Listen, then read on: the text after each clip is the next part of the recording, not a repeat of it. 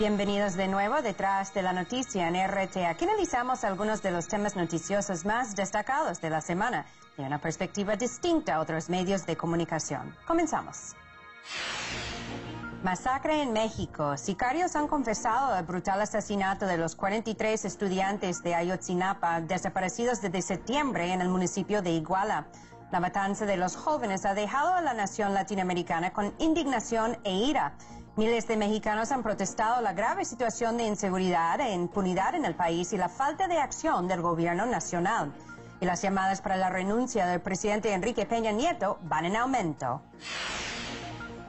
Los republicanos toman el Congreso en Estados Unidos y se preparan para volver a dominar el gobierno de nuevo.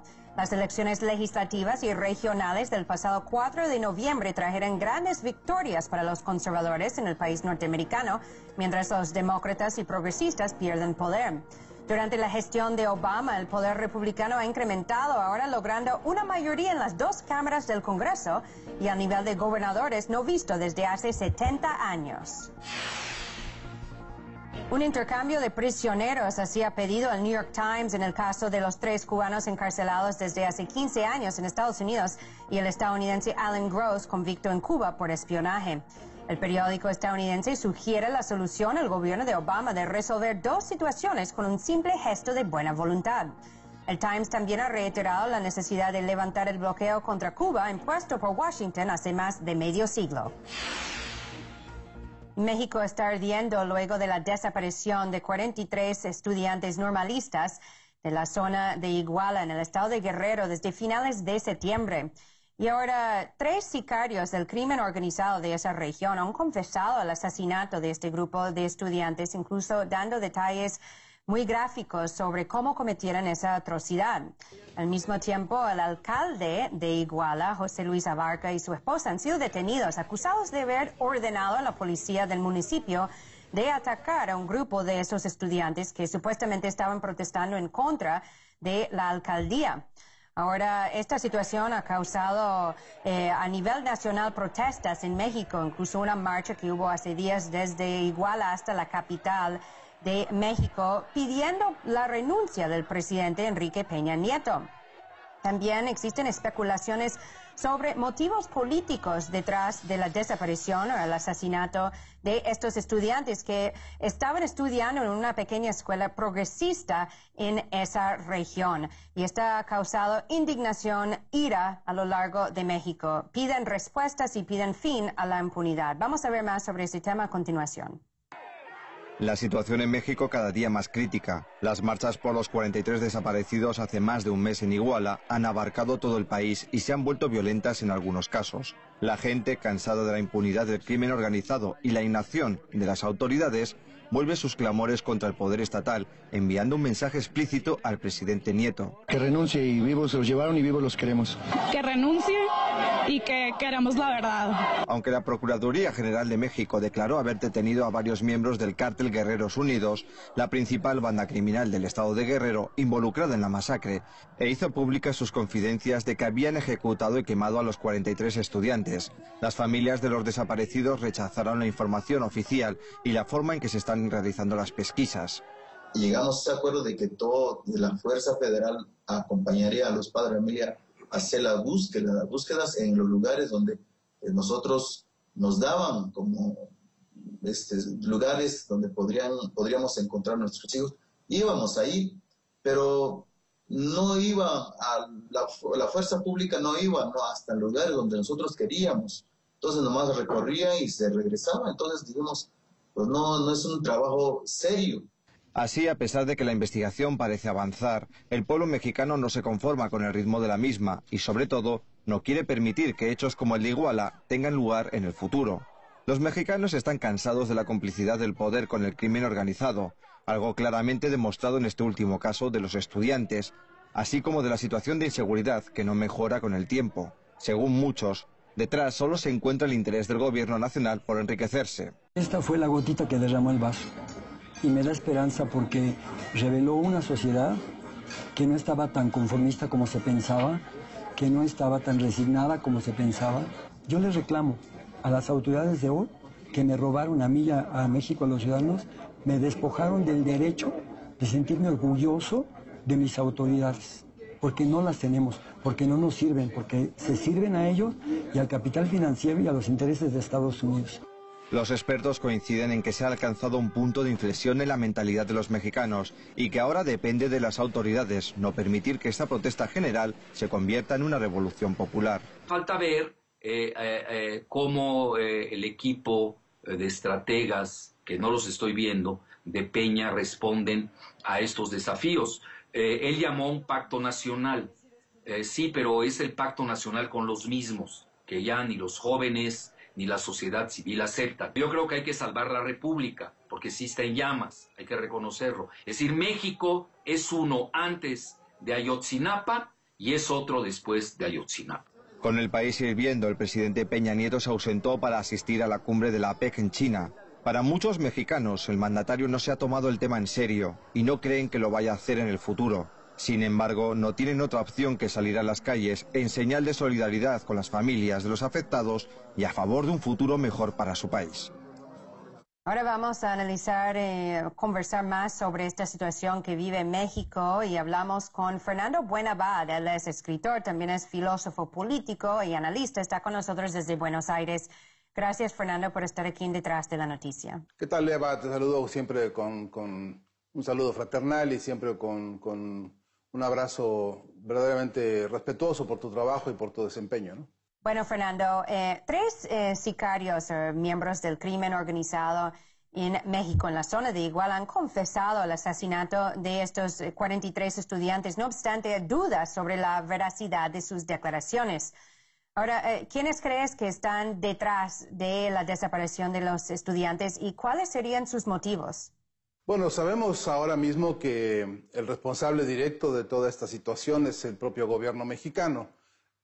Todas las análisis, todas las valoraciones, todos los diagnósticos, las pericias incluso que han venido desarrollándose, señalan directamente a que, por una parte, en el territorio concreto de Ayotzinapa, donde la autoridad municipal nunca se hizo presente, tampoco a nivel del gobierno del estado de Guerrero hubo presencia ni interés por este crimen, y a nivel nacional la demora excesiva, el desinterés macabro y la franca, digamos, desatención que ha habido frente a, no solamente este caso, sino a otros muchos, señala como responsable a toda la estructura y a toda la columna vertebral de la política mexicana. Es responsable Peña Nieto porque no ha sido capaz de instaurar en el país un modelo de control político, de control del narcotráfico ni del crimen organizado, repito, y porque esa es una instrucción directa de Estados Unidos y porque Peña Nieto es un presidente arrodillado a los intereses de Washington y del consenso de Washington. La clave está en convertirse en un presidente obediente a los mandatos del Tratado de Libre Comercio con Estados Unidos y Canadá, un presidente obediente a la privatización de los recursos naturales y un presidente que no obedece el mandato del pueblo. Es por eso que es responsable directo de esto, ¿no? De modo que la caracterización más concreta y más precisa que hay ahora mismo es que se trata de un crimen de Estado, ¿no? Ahora, Fernando, México enfrenta una grave crisis de inseguridad, también de impunidad, o sea, de este nivel de crimen organizado y narcotráfico que vive el país. Más allá de un cambio de presidente o de gobierno, ¿cómo se puede mejorar esta situación? ¿Y qué papel realmente tiene Estados Unidos en la realidad que vive México? Bueno, por un lado, la responsabilidad de Estados Unidos es central porque ellos han establecido a México como una de sus zonas de seguridad estratégica. México para ellos es un traspatio en el que no van a permitir que se organice un gobierno democrático. Estados Unidos es el principal interesado en que México no haya vida política sana, ni expresión libre de los pueblos, y mucho menos atención política cierta y seria a los malestares populares en general. Estados Unidos ha penetrado a México no solamente en las áreas económicas y en las áreas educativas y en las áreas de la salud y de la vivienda. También y especialmente en el campo cultural, Estados Unidos ha hecho un ejercicio de penetración ideológica muy, muy importante y esto repercute, influye de mil maneras en todo el país. Hay sectores de la población que hoy tienen mucho más importante y serio interés por lo que está pasando, por ejemplo, con la vida social o la vida del jet set o de la farándula norteamericana, que por las verdades políticas del país. Esto es uno de los ejemplos y estragos de lo que está pasando. No se trata de hacer un esquema simplista de responsabilidades fáciles, es que el imperio deja sentir su peso en la región y México es, ni duda cabe, una de sus víctimas más directas, ¿no? Ahora, una última pregunta, Fernando, y es sobre las especulaciones de que hay motivos políticos detrás de la desaparición o el asesinato de estos 43 estudiantes. Si eso realmente termina siendo verdad, o sea, relacionado con este caso, ¿qué significa para la posibilidad de un cambio progresista en México?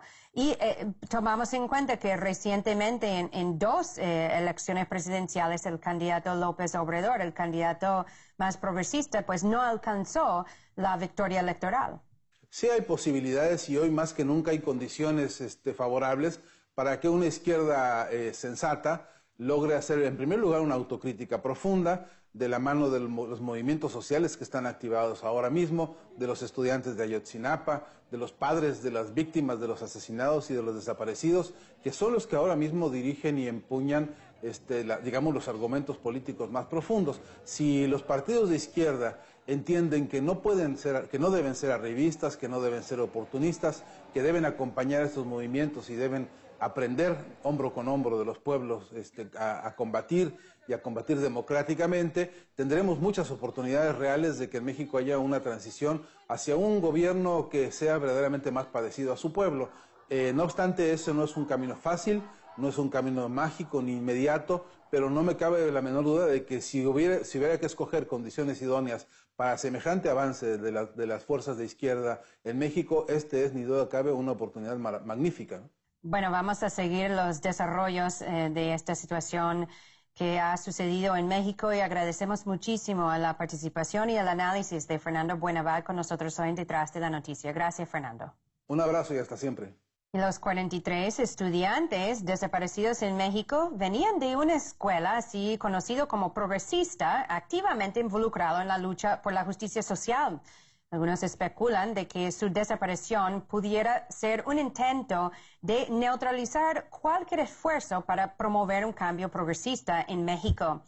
Por su parte, los medios en Estados Unidos ignoraron por completo al principio este suceso, esta atrocidad en México, y luego, cuando no pudieran ignorarlo más, intentaron desacreditar a los estudiantes relacionándolos con el narcotráfico, lo cual era completamente falso. Su único crimen parece haber sido su lucha por la justicia social. Republicanos al poder en Estados Unidos, las elecciones legislativas y regionales, mejor conocidos como las elecciones de medio término en Estados Unidos el pasado 4 de noviembre, trajeron grandes resultados y victorias para el Partido Republicano y la ala conservadora de Estados Unidos.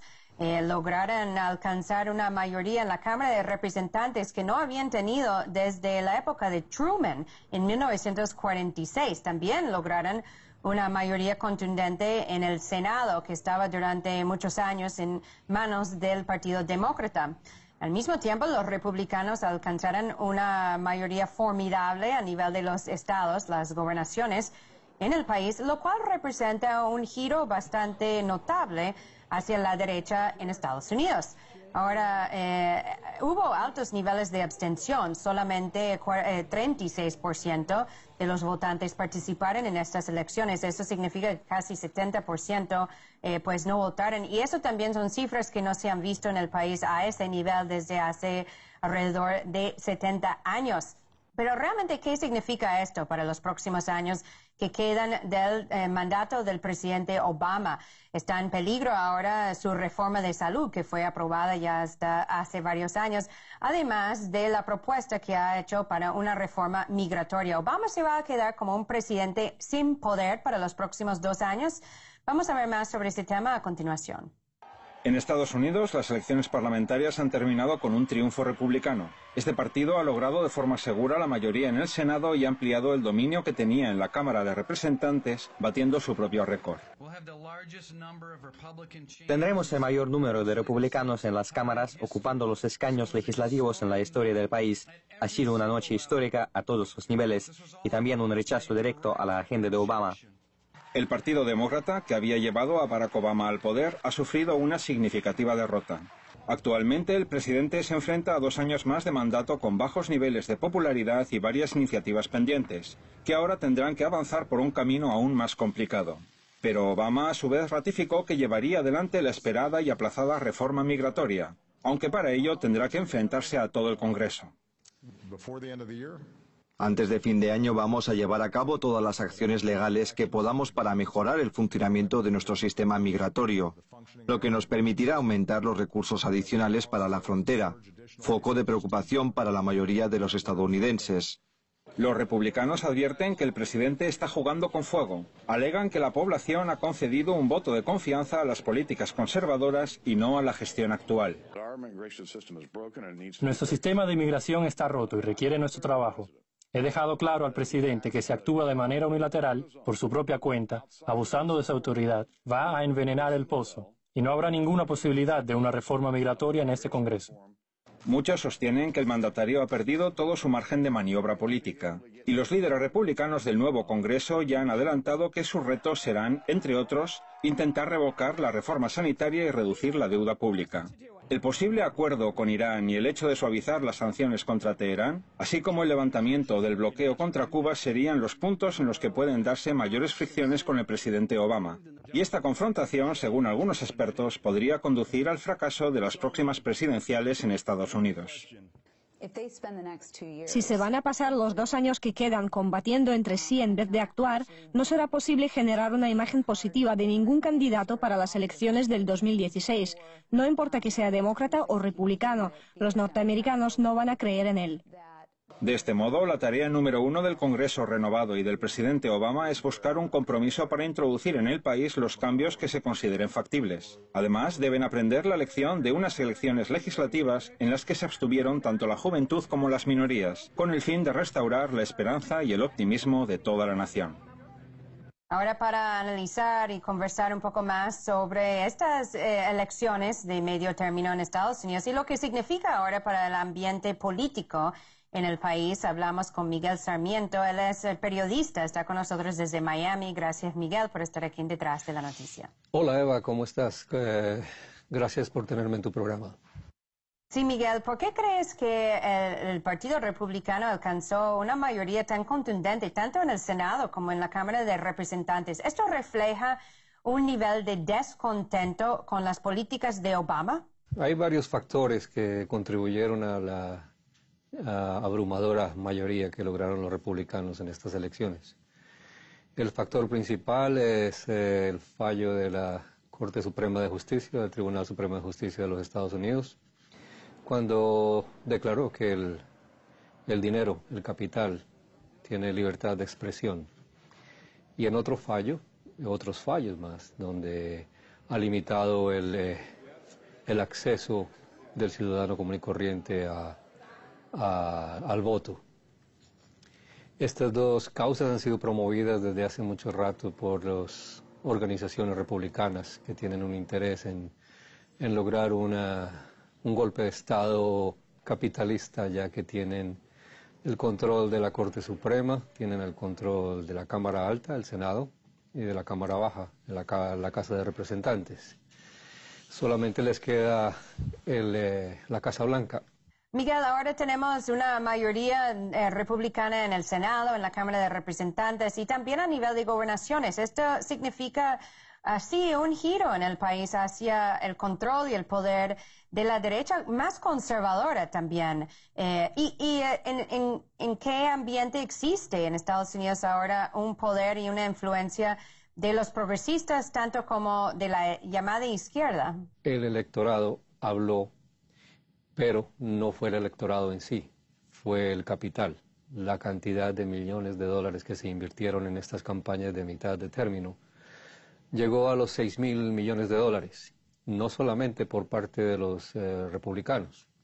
La mayor parte sí fue una inversión republicana, Sin embargo, los demócratas también gastaron casi $2.000 millones, un poco más, en sus campañas. De ahí que el pueblo no es ni de derecha ni de izquierda en los Estados Unidos, es un pueblo muy vulnerable a la desinformación que se compra con el capital gracias al fallo de la Corte Suprema de Justicia en el caso de Citizens United, Ciudadanos Unidos. Esto tiene que cambiar, porque de otra manera el régimen republicano, capitalista, regresivo, se va a tomar la Casa Blanca y tendremos un golpe de Estado total.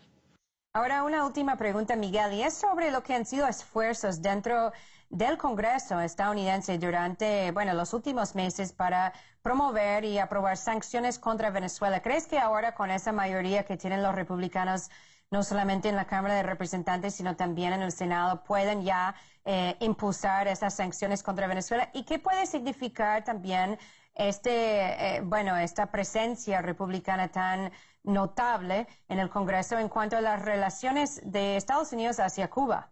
Las relaciones entre Estados Unidos y Venezuela, aun cuando han sido un poco tensas, se han mantenido abiertas debido al flujo a intercambio de petróleo y a otras relaciones comerciales y de tradición, de historia. Sin embargo, con esta mayoría abrumadora que ahora tenemos en el Congreso, no cabe la menor duda de que habrá intentos por acorralar a estos países, principalmente porque la política exterior hacia Latinoamérica la han venido dictando desde hace mucho tiempo Ileana Ross, Mario Díaz-Balart, Marco Rubio, la bancada del exilio cubano en el Congreso, y han logrado apretar la tuerca y mantener ese embargo de 50 años que no tiene ningún sentido. Bueno, hay muchos que dicen que en Estados Unidos hay un solo partido con dos alas, con dos brazos, pero veremos si realmente estos cambios, estos resultados de estas elecciones de medio término impactan en la política estadounidense. Gracias a Miguel Sarmiento por compartir con nosotros hoy en Detrás de la Noticia. Eva, muchas gracias por tenerme en su programa y hasta la próxima. Y casi 70% de los norteamericanos no participaron en estas elecciones de medio término, dejando que una minoría decida sobre el futuro de su país. Eso significa que ahora las facciones más conservadoras están controlando las políticas públicas y también las políticas fiscales que pueden afectar a los más necesitados. El presidente, que prometió cambios, podría terminar dejando al país mucho peor que antes. El New York Times, el periódico más leído del mundo, se ha dedicado a redactar y publicar una serie de editoriales sobre la política de Estados Unidos hacia Cuba. Y en el primer lugar, publicaron una editorial bastante fuerte llamando para el levantamiento del bloqueo que han puesto el gobierno de Estados Unidos contra Cuba desde hace más de medio siglo. Luego también han publicado editoriales en donde han criticado lo que ha sido una política fracasada, intentando financiar esfuerzos para promover un cambio de régimen en Cuba a través del financiamiento de millones de dólares a grupos que el New York Times ha calificado incluso como charlatanes y ladrones. Grupos en Miami que han manejado estos fondos o han desviado estos fondos para usos irregulares.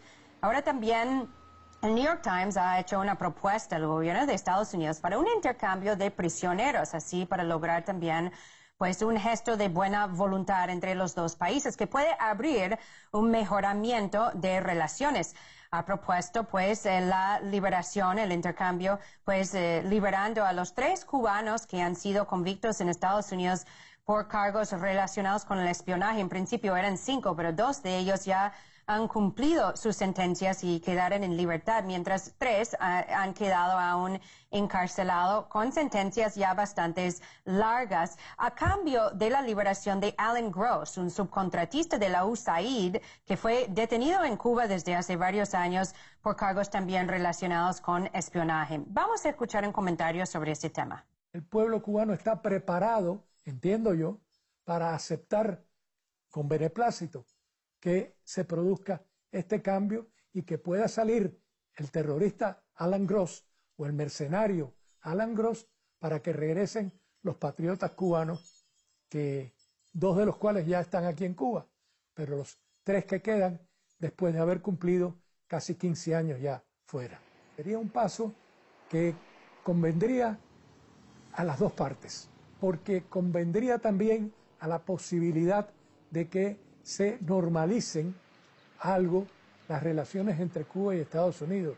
La hostilidad que ha mantenido durante medio siglo el gobierno de los Estados Unidos contra Cuba tiene que tener un fin, tiene que acabar de alguna forma, tiene que encontrar una salida de alguna forma. Y este sería un modesto paso que ayudaría a eso y además, desde el punto de vista humanitario, cumpliría un papel significativo.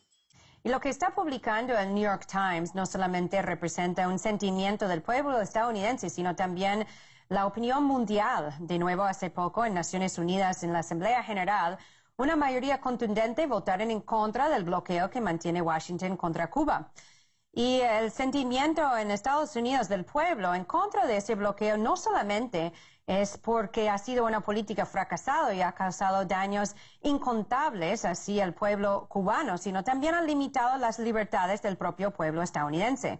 Ojalá que Obama haga lo correcto en los últimos 2 años que quedan de su mandato y levante el bloqueo contra Cuba y también libere a los 3 cubanos. Graves injusticias y atrocidades requieren acciones colectivas para combatir la impunidad y lograr la justicia. Y nosotros, como siempre, seguiremos aquí analizando, reportando, investigando lo que sucede detrás de la noticia. Mientras tanto, me pueden seguir vía Twitter, @EvaGollinger, y a través de mi blog en actualidad.rt.com.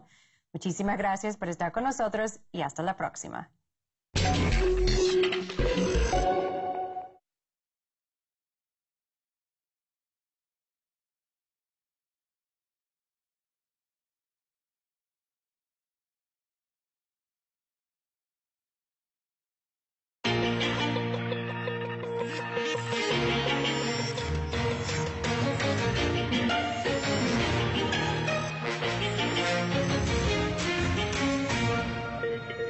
Bienvenidos de nuevo detrás de la noticia en RT. Aquí analizamos algunos de los temas noticiosos más destacados de la semana, de una perspectiva distinta a otros medios de comunicación. Comenzamos.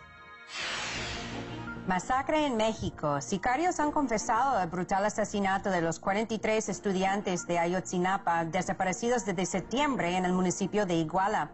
La matanza de los jóvenes ha dejado a la nación latinoamericana con indignación e ira. Miles de mexicanos han protestado la grave situación de inseguridad e impunidad en el país y la falta de acción del gobierno nacional. Y las llamadas para la renuncia del presidente Enrique Peña Nieto van en aumento. Los republicanos toman el Congreso en Estados Unidos y se preparan para volver a dominar el gobierno de nuevo. Las elecciones legislativas y regionales del pasado 4 de noviembre trajeron grandes victorias para los conservadores en el país norteamericano, mientras los demócratas y progresistas pierden poder. Durante la gestión de Obama, el poder republicano ha incrementado, ahora logrando una mayoría en las 2 cámaras del Congreso y a nivel de gobernadores no visto desde hace 70 años. Un intercambio de prisioneros así ha pedido el New York Times en el caso de los 3 cubanos encarcelados desde hace 15 años en Estados Unidos y el estadounidense Alan Gross convicto en Cuba por espionaje. El periódico estadounidense sugiere la solución al gobierno de Obama de resolver 2 situaciones con un simple gesto de buena voluntad. El Times también ha reiterado la necesidad de miembros del cártel Guerreros Unidos, la principal banda criminal del estado de Guerrero, involucrada en la masacre, e hizo públicas sus confidencias de que habían ejecutado y quemado a los 43 estudiantes. Las familias de los desaparecidos rechazaron la información oficial y la forma en que se están realizando las pesquisas. Llegamos a ese acuerdo de que toda la Fuerza Federal acompañaría a los padres de familia a hacer las búsquedas en los lugares donde nosotros nos daban como lugares donde podríamos encontrar a nuestros hijos. Íbamos ahí, pero no iba la fuerza pública no iba hasta el lugar donde nosotros queríamos. Entonces nomás recorría y se regresaba. Entonces dijimos, pues no es un trabajo serio. Así, a pesar de que la investigación parece avanzar, el pueblo mexicano no se conforma con el ritmo de la misma y, sobre todo, no quiere permitir que levantar el bloqueo contra Cuba impuesto por Washington hace más de medio siglo. México está ardiendo luego de la desaparición de 43 estudiantes normalistas de la zona de Iguala en el estado de Guerrero desde finales de septiembre. Y ahora 3 sicarios del crimen organizado de esa región han confesado el asesinato de este grupo de estudiantes, incluso dando detalles muy gráficos sobre cómo cometieron esa atrocidad. Al mismo tiempo, el alcalde de Iguala, José Luis Abarca, y su esposa han sido detenidos, acusados de haber ordenado a la policía del municipio de atacar a un grupo de esos estudiantes que supuestamente estaban protestando en contra de la alcaldía. Ahora, esta situación ha causado a nivel nacional protestas en México, incluso una marcha que hubo hace días desde Iguala hasta la capital de México, pidiendo la renuncia del presidente Enrique Peña Nieto. También existen especulaciones sobre motivos políticos detrás de la desaparición o el asesinato de estos estudiantes que estaban estudiando en una pequeña escuela progresista en esa región. Y esto ha causado indignación, ira a lo largo de México. Piden respuestas y piden fin a la impunidad. Vamos a ver más sobre ese tema a continuación. La situación en México cada día más crítica. Las marchas por los 43 desaparecidos hace más de un mes en Iguala han abarcado todo el país y se han vuelto violentas en algunos casos. La gente, cansada de la impunidad del crimen organizado y la inacción de las autoridades, vuelve sus clamores contra el poder estatal, enviando un mensaje explícito al presidente Nieto. Que renuncie y vivos se los llevaron y vivos los queremos. Que renuncie y que queremos la verdad. Aunque la Procuraduría General de México declaró haber detenido a varios